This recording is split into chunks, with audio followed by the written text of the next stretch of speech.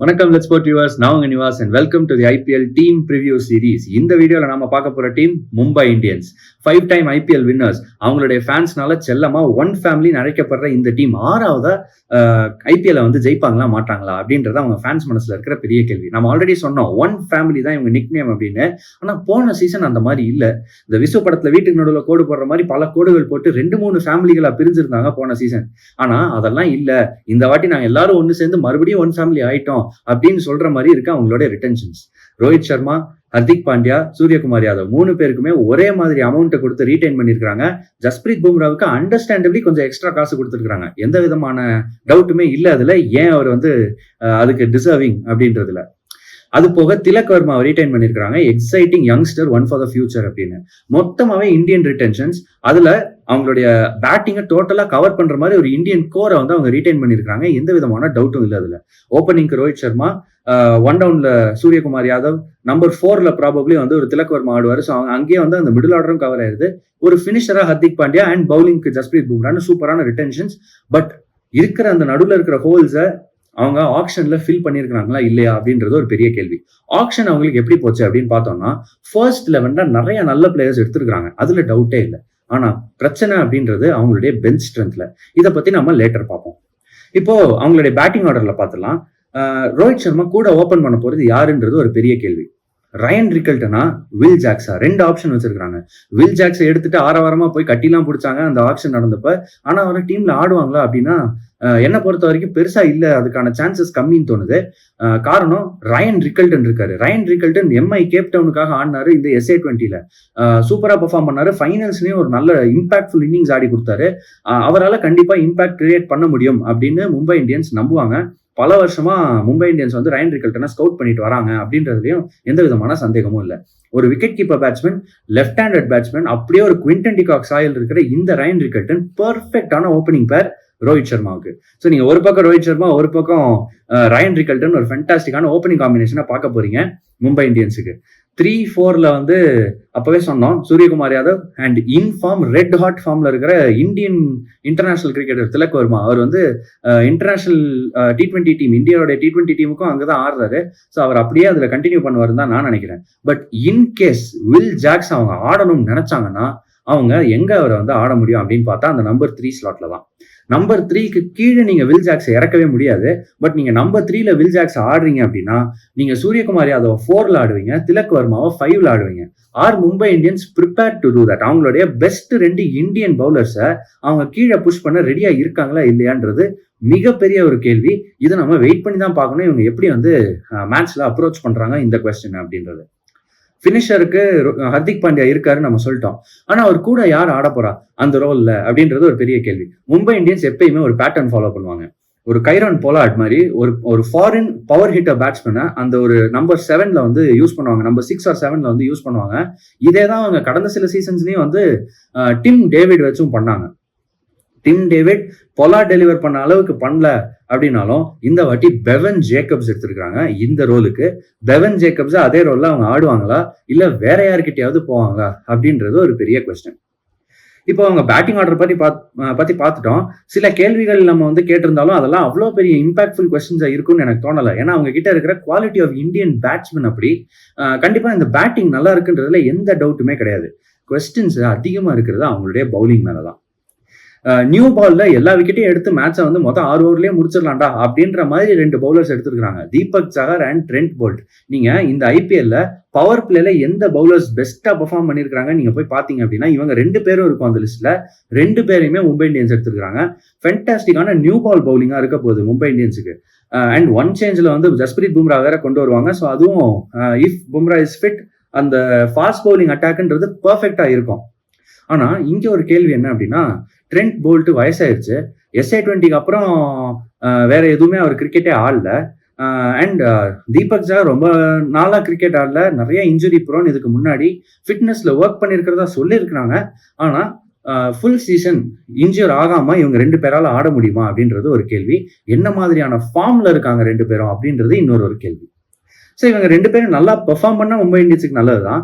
But in case அப்படி இல்ல, ஒருவேளை அவங்க நல்லா பெர்ஃபார்ம் பண்ணல, ஃபார்ம்ல இல்ல, ஆர் அவங்க இன்ஜூர் ஆயிட்டாங்கன்னா இவங்களுக்கு யாரு பெஞ்ச் ஸ்ட்ரென்த் அப்படின்றது தான் இருக்கிறதுலே பெரிய கொஸ்டின் மார்க்கா இருக்கு மும்பை இந்தியன்ஸுக்கு. பெருசா பெஞ்ச் ஸ்ட்ரென்த்ல சொல்லிக்கிற அளவுக்கு இல்ல அப்படின்றது இவங்களுடைய வீக்னஸா இருக்கும். இது ஒரு long tournament, 14 match long tournament அப்படின்றப்ப இந்த பெஞ்ச் ஸ்ட்ரென்த் மேல இருக்கிற கேள்விகள் அடிக்கடி கேட்கப்படும் மும்பை இந்தியன்ஸுக்கு. அதை அவங்க எப்படி ஹேண்டில் பண்றாங்கன்றது பெரிய விஷயமா இருக்க போகுது. ஜஸ்பிரீத் பும்ரா பத்தி நம்ம பேசியே ஆகணும். ஜஸ்பிரீத் பும்ரா ஒரு பேக் இன்ஜுரியில இருந்து இப்பதான் வர்றதா சொல்றாங்க. இனிஷியல் ஃபியூ மேட்சஸ் மிஸ் பண்ணுவாரு அப்படின்னு சொல்லியிருக்காங்க. எவ்வளவு மேட்ச் மிஸ் பண்ணுவாருன்னு தெரியல.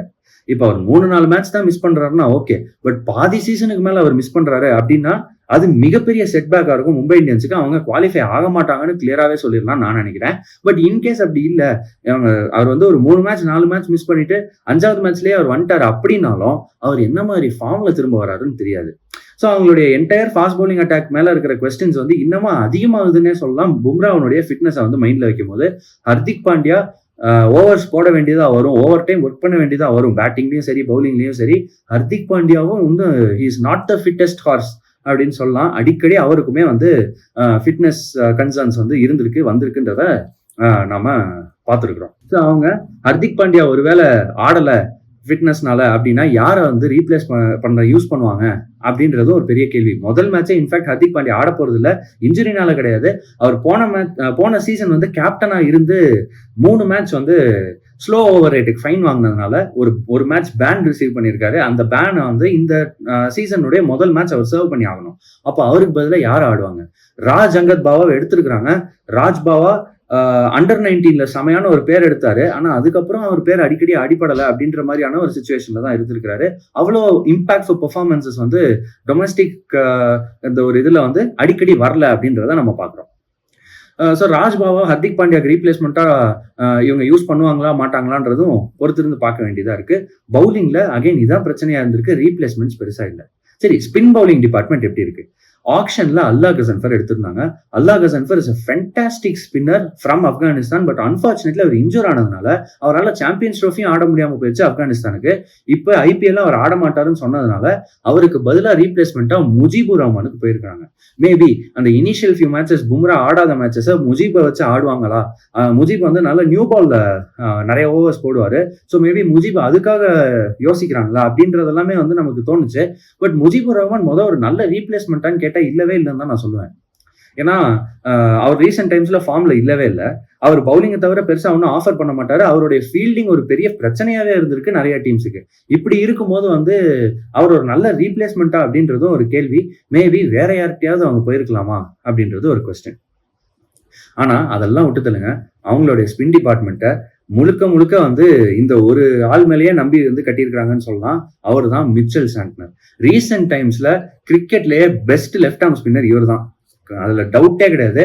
ஏன்னா யோசிச்சு பாலோட பேஸை வேரி பண்றது, லைன் அண்ட் லென்த்தை வேரி பண்றது, அவ்வளோ கண்ட்ரோல் இருக்கக்கூடிய ஒரு பவுலர், விக்கெட்ஸ் எடுக்கக்கூடிய பவுலர். அதே நேரத்துல 4 ஓவருக்கு 20 ரன் ரொம்ப எக்கனாமிக்கலா அவரோட ஸ்பெல்ல முடிச்சுட்டு போயிடுவாரு. இந்த மாதிரியான ஒரு ஆல் இன் ஆல் பேக்கேஜ் அவங்க டீம்ல இருக்கிறதுன்றது ஒரு பெரிய அட்வான்டேஜ். அவரால் பேட்டிங்கும் பண்ண முடியும். ஒரு நம்பர் 8ல வந்தாருன்னா ஒரு 3-4 பவுண்டரி அடிப்பாரு. ஒரு முக்கியமான ரன் சேஸ்ல ஒரு இம்பாக்ட்ஃபுல் இன்னிங்ஸ் அவரால் டெலிவர் பண்ண முடியும். இந்த மாதிரி ஒரு பிளேயரை எப்படிங்க பேஸ் பிரைஸ்ல மற்ற டீம்ஸ் எடுக்க விட்டாங்க அப்படின்றது எனக்கு சத்தியமா புரியவே இல்லை. மும்பை இந்தியன்ஸுக்கு இது அதிகமா நடக்குதுன்ற ஒரு கேள்வி எனக்கு இருக்கு. மும்பை இந்தியன்ஸ் ஃபேன்ஸ் கமெண்ட்ல திட்டுங்க. ஓவரால் பேட்டிங் சூப்பரா இருக்கு. பவுலிங்ல ஃபர்ஸ்ட் 11ல இருக்கிற பிளேயர்ஸுடைய குவாலிட்டியில எந்த விதமாவுமே பிரச்சனையே கிடையாது. எல்லாருமே நல்ல குவாலிட்டியான பவுலர்ஸா இருக்கிறாங்க. ஈவன் கரண் சர்மா ஒரு பேக்கப் ஸ்பின்னர், அவருமே நல்ல டீசென்டான ஒரு ஸ்பின்னர் அப்படின்னே சொல்லலாம். ஸோ ஓவரால் நீங்க அந்த ஃபர்ஸ்ட் 11ல நீங்க குவாலிட்டி பார்க்க முடியும். ஆனா அந்த ஃபர்ஸ்ட் 11 தாண்டி குவாலிட்டி இருக்கா? பெஞ்ச் ஸ்ட்ரென்த் அவங்களுக்கு இருக்கா? இன்ஜுரிஸ் ஹர்திக் பாண்டியாவுக்கோ, ரோஹித் சர்மாவுக்கோ, சூரியகுமார் யாதவுக்கோ, இல்ல ஜஸ்பிரீத் பும்ராவுக்கோ Jasprit Bumrah already injured. But அந்த இன்ஜுரி எக்ஸ்டெண்ட் ஆச்சு அப்படின்னா இவங்க அதை எப்படி ஹேண்டில் பண்ணுவாங்க? மல்டிபிள் இன்ஜுரிஸ் அவங்க ஸ்குவாட்ல வந்தா யாரை வச்சிருக்காங்க ரீப்ளேஸ் பண்ண? கார்பின் பாஷ் ஆடுவாங்களா பும்ராக்கு பதிலாக இனிஷியலா? ஏன்னா அவரை பத்தியும் பேசி ஆகணும். சவுத் ஆப்பிரிக்கால இருந்து லிசார்ட் வில்லியம்ஸ் ஆப்ஷன் எடுத்தாங்க. லிசார்ட் வில்லியம்ஸ் அவர் இன்ஜூர் ஆயிட்டாருன்றதுனால அவருக்கு ரீப்ளேஸ்மெண்டா கார்பின் பாஷ் கொண்டு வந்திருக்காங்க. கார்பின் பாஷ் அவங்களுக்காக எம்ஐ கேப்டனுக்கு டீசெண்டா பெர்ஃபார்ம் பண்ணியிருந்தாரு. அண்ட் அவரால் ஓரளவுக்கு டீசெண்டா பேட்டிங்கும் ஆட முடியும். Overall is a very good pick youngster. அவர் ஆடுவாரான்றது ஒரு கொஸ்டின். பட் அதை தாண்டி இங்க இன்னொரு ஒரு பிரச்சனை வேற வந்திருக்கு உங்களுக்கு. என்ன அப்படின்னா, கார்பின் பாஷை இவங்க எடுத்ததும் பாகிஸ்தான் சூப்பர் லீக் PSL உடைய ஆர்கனைசிங் கமிட்டி வந்து அவர் மேல லீகல் ஆக்ஷன் எடுக்க போறதா சொல்லியிருக்காங்க. காரணம், அவர் வந்து PSLக்கு ஆடுறேன்னு சொல்லி கமிட் பண்ணிட்டு இப்ப கடைசி நேரத்துல மும்பை இந்தியன்ஸ் கூப்பிட்டாங்க அப்படின்றதுக்காக இங்க வராங்க IPLக்கு. அது வந்து அந்த பாகிஸ்தான் சூப்பர் லீக்னுடைய அந்த ஆர்கனைசர்ஸுக்கு பிடிக்கல. ஸோ அவங்க வந்து லீகல் ஆக்ஷன் எடுக்கிறதா சொல்லியிருக்காங்க. அந்த ட்ராமாலாம் என்ன ஆக போகுதுன்னு தெரியல. பட் எனிவே, டீம் அப்படின்னு பாத்தீங்கன்னா ஃபர்ஸ்ட் 11 நல்லா இருக்கு. ஆனா ஃபர்ஸ்ட் 11 தாண்டி பேக்கப்ஸ் இருக்கா இல்லையா? அதனால இவங்களால பிளே ஆஃப் வர முடியுமா, வர முடியாதா? நீங்க என்ன நினைக்கிறீங்க? கமெண்ட்ல சொல்லுங்க. என்ன பொறுத்த வரைக்கும் பிளே ஆஃப்ஸுக்கு ட்ரை பண்ணுவாங்க, ஆனா ரொம்பவே கஷ்டப்படுவாங்க அப்படின்னு நான் நினைக்கிறேன். நீங்க என்ன நினைக்கிறீங்கன்றத கமெண்ட்ல சொல்லுங்க. அடுத்ததா ஒரு நல்ல IPL டீம்னுடைய டீம் ப்ரிவியூல வந்து உங்களை சந்திக்கிறேன். Until then, please like, share and subscribe. Thank you.